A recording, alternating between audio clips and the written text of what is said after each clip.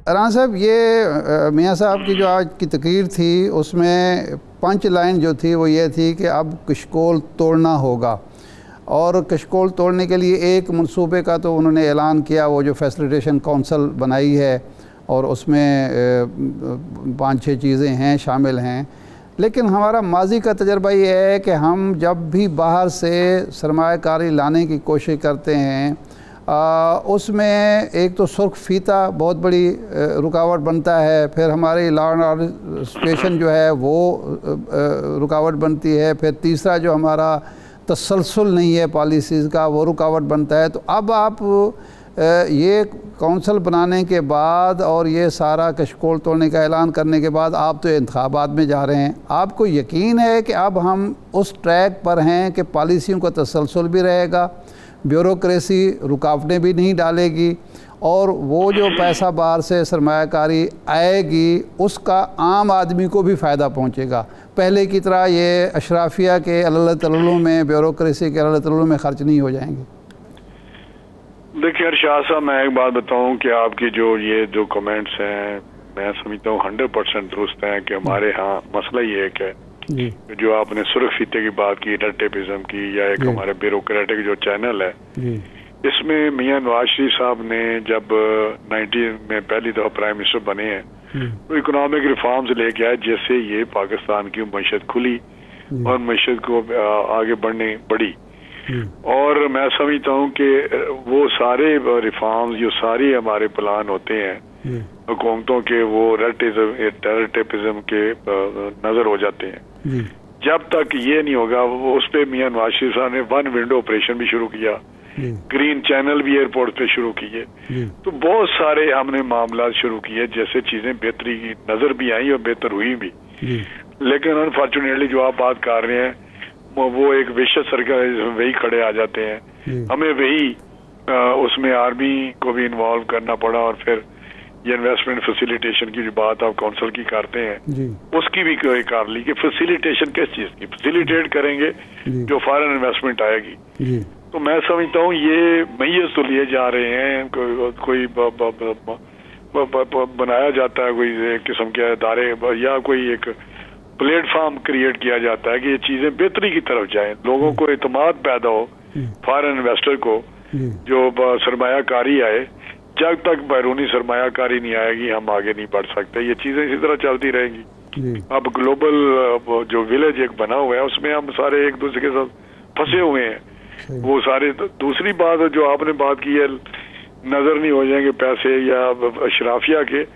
आपको नजर आएगा कि जब भी PMLN की हुकूमत आई है, मियां नवाज शरीफ ने हुकूमत बनाई है, जितना भी बाहर से कोई कर्जा लिया गया या कोई बाहर से पैसे आए वो विजिबल आपको इंफ्रास्ट्रक्चर नजर आएगा, चाहे वो बिजली के कारखाने हो, चाहे वो मोटरवेज हो, जो भी आपको नजर आएंगे, डैम हो, या जो चीजें नजर आएंगी कि उन पैसों से, बहुत मामूली पैसों से, बहुत मामूली कर्ज से बहुत ज्यादा चीजें जो हैं यहाँ नजर आई और बेहतरी की तरफ हम चले। तो मैं समझता हूँ ये बात आपकी दुरुस्त है कि जहाँ हुकूमत को इदराक हो, जो हुकूमत में वक़्त होती है, वहाँ दूसरे जो अदारे हैं, मसलन ब्यूरोक्रेसी है जो आप बात कर रहे हैं, ये अफसरशाही है, और साथ साथ अदालतों का भी मैं जिक्र करूंगा कि जब अदालतें जाया का में अगर स्टील मिल का देते हैं आप, तो अब अगर उस वक्त अदालत उसको मुशर्रफ के टाइम को जो भी था ना करती ना उसको उस कॉन्ट्रैक्ट को, ये हमारे लिए बहुत सोच का मकाम है। आज वो 30 अरब जो एक साल का हम देते हैं एवरेज, उस साल को 12 साल हो गया या कितने हो गए, कोई मेरा 300 अरब उसमें हम डाल चुके हैं। हम रिकॉर्डिक में फंसे रहे, हम बैनुल अक़वामी अदालतों में चक्कर लगाते रहे, अरबों रुपए यहाँ से जाते हैं वकला या बाहर से लेते हैं, 5-7 स्टार होटल में जाके ठहरते हैं, यकीन करें मुझे पता है। तो ये मतलब अटॉर्नी जनरल जाते रहे, तो ये बड़ा एक लंबा सफर है जो तकलीफ का जिससे हम गुजरते रहे हैं और नहीं। लेकिन राना साहब मादत के साथ बात यह है कि अगर आप कानून साजी करके नहीं जाते اور IMF جو اصلاحات پروگرام پیش کر رہا ہے اس کا تعلق بھی قانون سازی سے ہے، اور اسی طرح چھوڑ کے چلے جاتے ہیں تو یہ وشیس سرکل تو چلتا رہے گا، اور کوئی اس کے اثرات تو ہم سامنے پھر نہیں آئیں گے۔ کوئی مؤثر قانون سازی بھی تو چاہیے نا، کہ ہم چائنا کے دورے پر گئے، انہوں نے کہا کہ ہمارے ہاں جو کام 6 دن میں ہوتا ہے آپ کے ہاں 6 سال میں بھی نہیں ہو پاتا۔ یہی سعودی عرب، آپ کو علم ہے کہ وہ ریفائنری کا جو منصوبہ پچھلی حکومت کے دور میں وہ کیوں نہیں چل سکا، کہ وہ چاہتے تھے کہ جی 1 سال میں آپ سارے معاملات وہ کریں، وہ سال گزر گیا کچھ بھی نہیں ہوا۔ تو آپ کچھ کر کے جا رہے ہیں؟ نہیں دیکھیں، میں اچھا صاحب آپ بات کرتے ہیں جو ڈیجور کی ہے کہ جی لیگل کوئی سینکشن پیچھے ہو، کوئی چیزیں لا سے بہتر کی جائیں، جو لیجسلیشن ہم کرتے ہیں یہ بڑی بگ ڈسکشن ہے، بڑی زبردست، جس پہ ہونا بھی چاہیے۔ جو لاز ہیں پاکستان میں بہترین لاز بنے ہوئے ہیں، الماریاں بھری پڑی ہیں لاز میں، ہم اور لا بنا لیتے ہیں، لیکن امپلیمنٹیشن ایگزیکیوشن کی طرف جو ہماری سب سے ویکنیس پوائنٹ ہے، جو آپ بات کرتے ہیں، بیوروکریسی، ٹریفک لاز ہوں، دوسرے کرمنل لاز ہوں، جتنے بھی لاز ہوں آپ دیکھیں گے، لاز پہ لا بنا دیں، جب تک آپ کی کمٹمنٹ نہیں ہوگی، آپ کی نیت ٹھیک نہیں ہوگی، آپ سوچ میں اچھا رانا صاحب آپ نے لا کی بات کر دی ہے، اب جو معاملہ ہے الیکشن اصلاحات کا، ایاز صادق صاحب نے تردید کی کہ کسی بھی جماعت پہ جو پارلیمنٹ کی طرف سے پابندی یہ نہیں ہونی چاہیے اور یہ ایک سیاسی انتقام کی طرف جائے گا، لیکن ایسا کوئی قانون ان کا نہیں بن رہا۔ پھر جو مسودہ آیا اس میں یہ مینشن تھی، یہ شک بھی شامل تھی،